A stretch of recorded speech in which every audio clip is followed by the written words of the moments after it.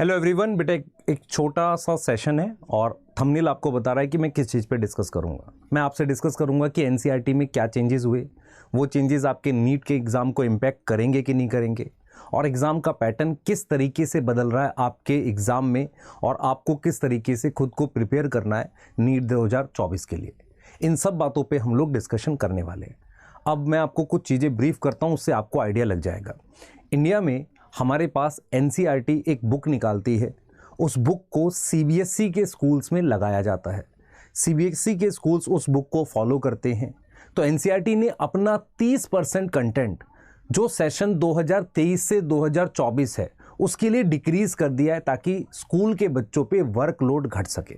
ये किया है एनसीईआरटी ने, ठीक है। अब हमारे मन में सवाल ये आ रहा है कि इसकी वजह से क्या आपके नीट के एग्जाम का कंटेंट भी घटेगा। तो कुछ ऑब्जर्वेशन बताऊंगा और कुछ एग्जाम का पैटर्न जो बदल रहा है उसके अराउंड में बात करने वाला हूं। तो इंपॉर्टेंट सेशन है, क्योंकि आपने रिक्वेस्ट की, बार बार मैसेज किया, उसके लिए मैं बात कर रहा हूं। तो सबसे पहले कौन कौन से सवाल आपके मन में है। पहला सवाल है, क्या एनसीईआरटी चेंज हो गई है? यस, एनसीईआरटी में चेंज आ गया है। नई एनसीईआरटी आ गई है और उसमें चेंज आ गया है। क्या ये चेंज नीट में भी होगा? इसको हम प्रॉपरली आपको समझाएंगे कि क्या एनसीईआरटी सोच रही है, क्या एनटीए सोच रहा है, इस पे बात करेंगे। क्या एग्जाम का पैटर्न कंटेंट में भी बदलाव होगा, हम क्या ऑब्जर्व कर रहे हैं उस पे हम लोग बात करने वाले हैं। ठीक है, क्लियर है कि नहीं? सही है। अब चलते हैं आगे बेटा। हम बात करने वाले हैं कि सबसे पहले क्या एनसीईआरटी चेंज हुई है? यस। क्या क्या चेंज हुआ है? टोटल हमारे पास एनसीईआरटी में 38 चैप्टर्स थे 11th 12th मिला के, उसमें से 6 चैप्टर्स हमारे पास डिलीट हो गए हैं। टोटल 32 चैप्टर्स रह गए हैं। 3 हमारे पास 11th में से डिलीट हुए हैं, 3 12th में से। डिलीटेड चैप्टर्स में transport in plant, mineral nutrition, digestion, absorption class 11th में से। क्लास 12th में से reproduction in organism, strategies for enhancement in food production और एनवायरमेंटल इशू। ये टोटल 6 चैप्टर डिलीट हुए हैं। अब क्या सिर्फ चैप्टर डिलीट हुए? नहीं बेटा, चैप्टर के अलावा हमारे पास कुछ टॉपिक्स भी डिलीट हो गए हैं जो चैप्टर के अंदर से। मैंने खुद चेक किया इसे। लिविंग वर्ल्ड में से टैक्सोनोमिक एड डिलीट हो गया है। प्लांट किंगडम में से फैमिलीज मैंने लिखा हुआ, लाइफ साइकिल का एक टॉपिक है ना जिसमें हैप्लॉन्टिक, हैप्लोडिप्लॉन्टिक, डिप्लॉन्टिक, वो वाला डिलीट हो गया है। मॉर्फोलॉजी ऑफ फ्लावरिंग प्लांट में से फैबेसियाई, लिलिएसी, रूट, स्टेम, लीफ की मॉडिफिकेशन डिलीट हो गई है। एनाटॉमी में simple permanent tissue, complex permanent tissue, secondary growth delete हो गई है। उसके बाद स्ट्रक्चरल ऑर्गेनाइजेशन में से टिश्यू, कॉकरोच, अर्थवॉर्म, है ना, ये चीजें डिलीट हो गई है। मतलब आपको टिश्यू नहीं दे रखा, न्यूरल नहीं दे रखा, मस्कुलर नहीं दे रखा, आपके पास एपिथेलियल नहीं दे रखा, और कॉकरोच भी हटा दिए, सिर्फ फ्रॉग दे रखा है। ठीक है। बायोमोलिक्यूल में लिविंग स्टेट नाम का एक टॉपिक है एंजाइम से पहले, क्योंकि वहां पर क्या किया है, प्रोटीन के जस्ट बाद एंजाइम स्टार्ट कर दिया, वो डिलीट हो गया। प्लांट ग्रोथ डेवलपमेंट में से फोटो पीरियोडिज्म, वर्नलाइजेशन, डोरमेंसी, और न्यूरन कंट्रोल में से रिफ्लेक्स आर्क और सेंसरी ऑर्गन। ये वो टॉपिक्स हैं जो क्लास 11th की एनसीईआरटी में उन चैप्टर्स में से डिलीट हुए जो चैप्टर डिलीट नहीं हुए। सही है, डन। क्लास 12th में ऑर्गेनिज्म पॉपुलेशन में एबायोटिक फैक्टर से लेकर अडेप्टेशन तक डिलीट हो गया है, वहां पर पॉपुलेशन से स्टार्ट कर रहा है। ठीक है। क्लास 12th में इकोसिस्टम जो चैप्टर है जो डिलीट नहीं है, उसमें से सक्सेशन और इकोसिस्टम सर्विसेज, रॉबर्ट कॉन्स्टेंजा वाला, ये टॉपिक हमारे पास डिलीट कर दिए गए हैं। अब आपको ये पता चल गया है कि जो 2023 में नई एनसीईआरटी आई थी, हुआ एक्जैक्टली क्या था। नई एनसीईआरटी अप्रैल में आ गई थी। जैसे अप्रैल में आई तो बच्चों में लगा कि शायद 2023 के एग्जाम में इसका प्रभाव पड़ने वाला है, इसका इफेक्ट पड़ने वाला है, पर उसका कोई इम्पैक्ट नहीं पड़ा, कोई प्रभाव नहीं पड़ा। 2023 में इस बदलाव का कोई इम्पैक्ट नहीं पड़ा, पर अप्रैल में एनसीईआरटी आ गई थी और एग्जाम मई में हुआ था। उसका मैं आपको प्रूफ दिखा देता हूं। लिविंग वर्ल्ड में से पहले एक क्वेश्चन आया था, इस बार नहीं आया पर आ जाता था। ट्रांसपोर्ट से इस बार क्वेश्चन था। मिनरल न्यूट्रिशन से भी इस बार क्वेश्चन था, 2 या 1 क्वेश्चन थे। रिप्रोडक्शन से नहीं था, पर एनवायरमेंटल इशू से 4 से 5 क्वेश्चन थे। तो आप मोर और लेस देख सकते हो कि डिलीटेड सिलेबस से कम पूछा गया है, या यहां सिर्फ एनवायरमेंटल से बड़ा है पर पूछा है। ऐसा नहीं कह सकते कि हम पूरी तरह से डिलीट कर दिया, ये नहीं बोल सकते। तो 2023 में बहुत कम इंपैक्ट पड़ा। अब 24 के लिए हम बात करने वाले हैं कि क्या इंपैक्ट पड़ेगा, पर 23 पे बहुत ज़्यादा इंपैक्ट नहीं पड़ा। डिलीटेड पार्ट में से भी क्वेश्चंस आए थे। यहाँ पर फ्रॉग में से क्वेश्चन नहीं आया, जबकि वो नई एनसीईआरटी में प्रॉपरली बोला है कि हाँ भाई फ्रॉग है।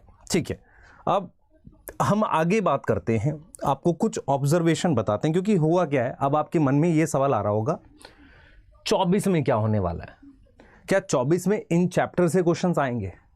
दूसरा सवाल, क्या कुछ 2020 से, क्योंकि 2020 में नेशनल एजुकेशन पॉलिसी आई थी, या 2020 से क्या मुझे कुछ पैटर्न में बदलाव दिख रहा है एग्जाम के। इन दो चीज़ों पे डिस्कस करते हैं, आप ध्यान से सुनना।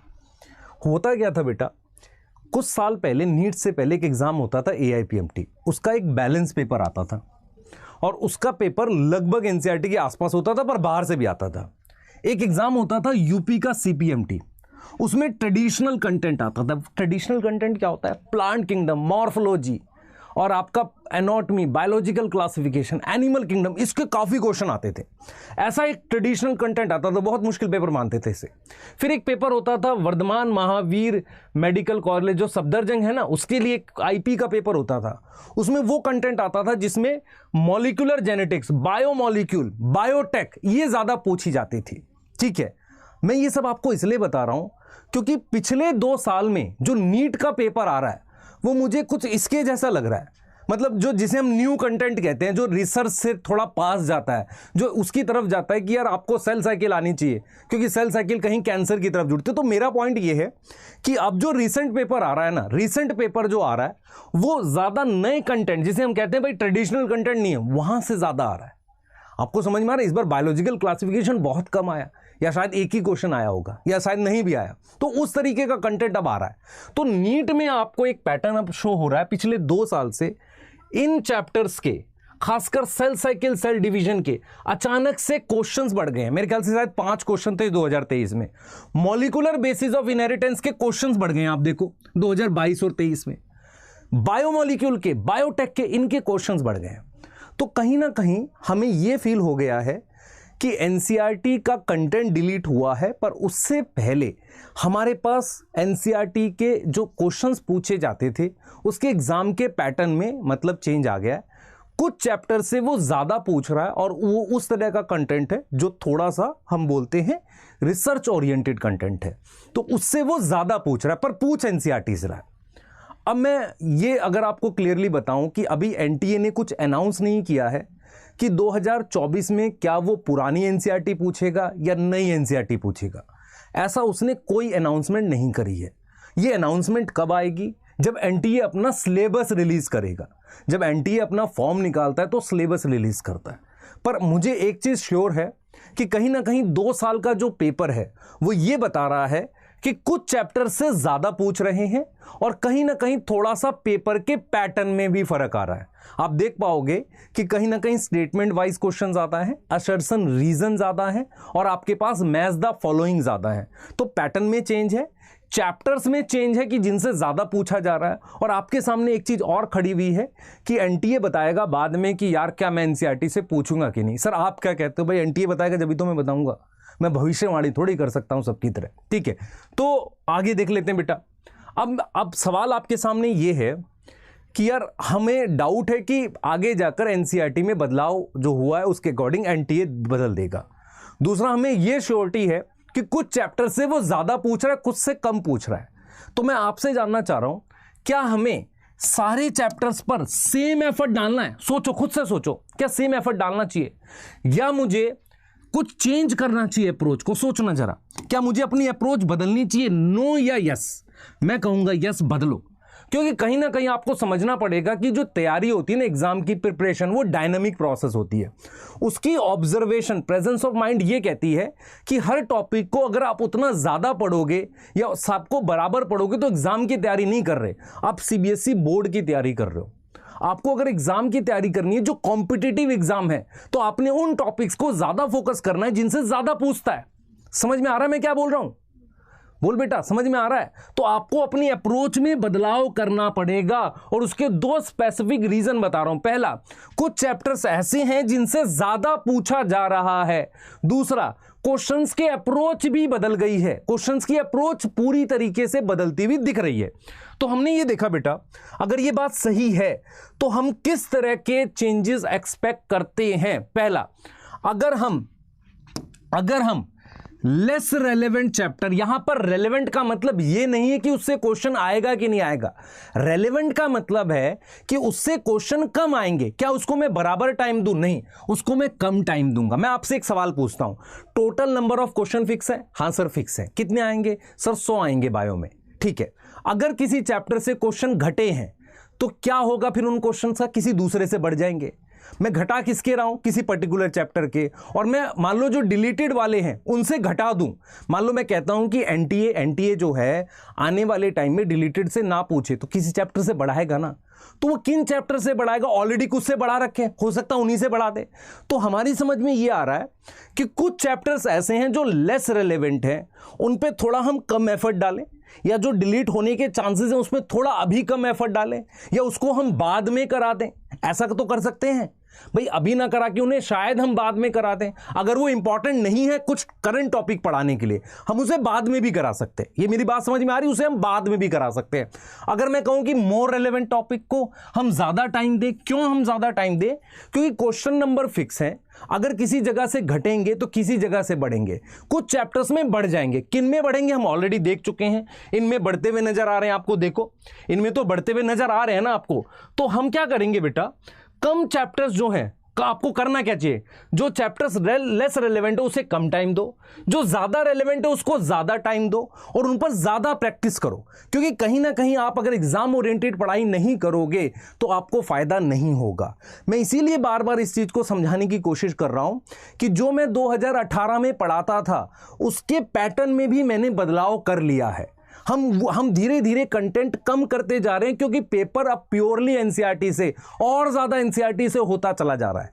तो हम यहां पर यह क्लियर कर रहे हैं कि हम ज्यादा रिलेवेंट टॉपिक को ज्यादा पढ़ा सकते हैं, ज्यादा मेहनत करें।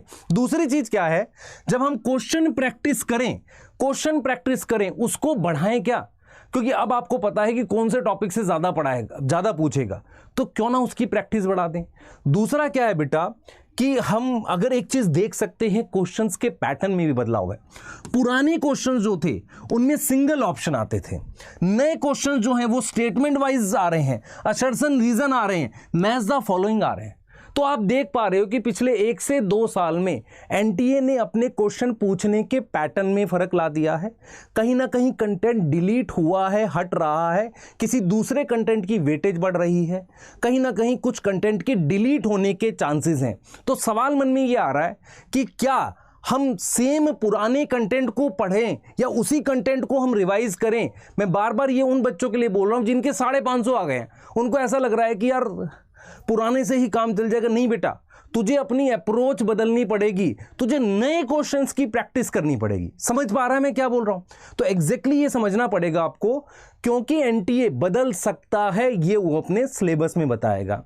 दूसरा, उसने क्वेश्चंस के पैटर्न तो बदल दिए हैं, कुछ टॉपिक्स की ज्यादा वेटेज बढ़ा दी है, तो हमें भी अपने आप को बदलना है। इस साल हमने सोच लिया है कि उन चैप्टर्स पे ज्यादा फोकस करेंगे जिनसे ज्यादा क्वेश्चन आ रहे हैं। इस तरह के क्वेश्चंस की ज्यादा प्रैक्टिस कराएंगे, क्योंकि असर्शन रीजन तो आपकी प्रैक्टिस हुई नहीं थी और बहुत सारे बच्चों की वही गलत है, तो उसकी प्रैक्टिस ज्यादा कराने की सोच रहे हैं हम लोग। तो आप अगर मेरे से सवाल पूछोगे कि यार सर आपने ये नहीं बताया कि एनटीए बदलेगा नहीं बेटा, अभी कुछ क्लियर नहीं है, पर बदलने के चांसेस हैं, क्योंकि एनसीईआरटी ने बदल दिया है, चांसेस बहुत हाई हैं। दूसरा, कुछ चैप्टर से ज्यादा पूछ रहा है उसको पहले करा देते हैं, उसके बाद जब एनटीए का फॉर्म आएगा जब देख लेंगे। या हम ये कर सकते हैं कि 11th करा दे, 12th के लिए वेट कर ले, उन चैप्टर्स को लास्ट में ले जाएं, ये कर सकते हैं। उसके साथ हम उन चैप्टर्स की ज्यादा प्रैक्टिस कराएं जिनसे ज्यादा पूछा गया है, क्योंकि जितने ज्यादा स्कोर आप 360 ला ही नहीं पाओगे ऐसे। मान लो मैं आपसे कहूं कि सर बेटा मेरा मान लो एक यूट्यूब पे लेक्चर है वो देख ले, उससे हो जाएगा। मतलब मैं ये कहना चाह रहा हूं कि कंटेंट अब बदल रहा है। जैसे for example root stem leaf की मॉडिफिकेशन का क्वेश्चन नहीं आएगा तो हम उसको फिर कम पढ़ाएंगे ना, या उसको हो सकता है स्किप कर दें, आपके लिए एक टेबल दे के छोड़ दें। हम ज्यादा फोकस किस पे करें? फैमिलीज वाले क्वेश्चन पे, जो उन बच्चों का गलत हो गया डाइडेल्फस वाला क्वेश्चन, उस पे ज्यादा फोकस कर लें। मेरी बात समझ में आ रही है मैं क्या कहना चाह रहा हूं? तो आपको अपने दिमाग में एकदम क्लियर रखना पड़ेगा, एनसीईआरटी बदल चुकी है। सेकंड, एनटीए बताएगा क्या बदलेगा। थर्ड, एग्जाम के पैटर्न में ऑलरेडी 2 साल में बदलाव हुआ है, क्वेश्चन के पैटर्न में बदलाव हुआ है। पुराने कंटेंट के साथ हम नहीं जाते हैं, हर साल खुद को अपग्रेड करते हैं, नए तरह की डीपीपी, नए तरह के क्वेश्चंस बनाएंगे ताकि आपकी ज़्यादा प्रैक्टिस हो सके। ठीक है, ये अपने दिमाग में बिल्कुल क्लियर रखो। मैं हर उस बच्चे को कह रहा हूं, और कुछ मैसेज मैं ये ऐसे भी देख रहा हूं कि सर मेरे 580 आए हैं, 560 आए हैं, मैं ड्रॉप तो करूंगा पर मैं ज़्यादा केमिस्ट्री पे फोकस करूंगा, वहां कम आए हैं। बेटा तेरा सिलेक्शन होने के और कम चांसेस है। जो भी बच्चा ड्रॉप करे और वो ये सोच ले कि मैं इसी सब्जेक्ट को पढ़ूंगा बाकी नहीं पढ़ूंगा, उसका बेटा बहुत मुश्किल है। रीज़न क्या होता है, ऐसी अप्रोच वाले बच्चे क्या करते हैं, उस सब्जेक्ट को नेग्लेक्ट कर देते हैं। उससे नुकसान ये होता है कि उनका क्या होता है, उस पर्टिकुलर जो वीक सब्जेक्ट था उसमें तो मार्क्स बढ़ते हैं, जैसे केमिस्ट्री में मार्क्स बढ़ गए, पर बायो नेग्लेक्ट करने की वजह से सिली मिस्टेक हो गई, क्योंकि क्वेश्चन स्टेटमेंट वाइज और ये आएंगे तो सिली मिस्टेक होगी, ऊपर ऊपर की नॉलेज से चलेगा नहीं, है कि नहीं। तो फिर से आपको बैलेंस पढ़ाई करनी पड़ेगी, सारा फिर से पढ़ना पड़ेगा। नोट्स भले ही मत बनाओ या बने हुए नोट्स में सुधार कर लो, पर आपको पढ़ना फिर से पड़ेगा। मैं बिल्कुल ईमानदारी से बोल रहा हूं इस चीज को, ठीक है। तो आपके मैंने लगभग डाउट्स क्लियर कर दिए। वेट करो एनटीए के सिलेबस का, पर उन चैप्टर्स पे ज़्यादा फोकस करो जिनसे ज़्यादा पूछता है। अलग तरह के क्वेश्चंस करो, उन अलग तरह के क्वेश्चंस में हम भी कोशिश करेंगे कि आपको बना कर दें नए तरह के क्वेश्चंस, ज़्यादा प्रैक्टिस कराएं। तो आपको फोकस करना पड़ेगा। और मैं हमेशा बोलता हूँ कि एज अ टीचर मैं अलग क्यों फील करता हूँ दूसरों से, क्योंकि मैं हर साल अपना कंटेंट बदलता हूँ। रीज़न क्या है कि अगर हम एग्ज़ाम के हिसाब से नहीं पढ़ा रहे हैं तो हम क्या कर रहे हैं, हम अपने आप को आप पर इम्पोज कर रहे हैं। हम आपको सिलेक्ट करने के लिए नहीं पढ़ा रहे। तो हम हर साल अपने आप को बदलते हैं। जैसे बहुत सारी चीज़ें मैंने नहीं पढ़ाता, जैसे type of ovule, anatropous, orthotropous, ये नहीं पढ़ाऊंगा मैं इस साल, क्योंकि ये कंटेंट अब आने का ही नहीं है। आपको समझ में आ रहा है। तो हम क्या करते हैं, बहुत सारा कंटेंट माइनस कर देते हैं, जो रेलेवेंट होता है उसी के अराउंड फिर पढ़ाते हैं। हर साल खुद को अपग्रेड करते हैं। तो यही चीज़ आपको ध्यान रखनी पड़ेगी कि आपको भी खुद को बदलना है, इन क्वेश्चंस पर ज़्यादा फोकस करना है। ऐसे भी आएंगे पर इन पे ज़्यादा फोकस करना है। और फाइनली मतलब मेहनत करनी है इस साल और सिलेक्ट होना है, ठीक है। तो हम ऑलरेडी मतलब इस चीज़ को आपको क्लियर कर दिया पूरे लेक्चर में, ठीक है।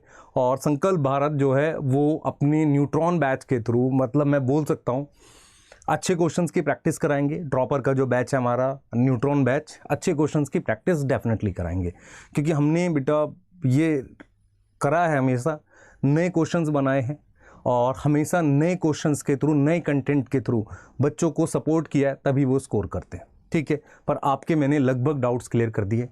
तो पढ़ाई करो और बहुत मेहनत करो बेटा, ठीक है बेटा, बाय।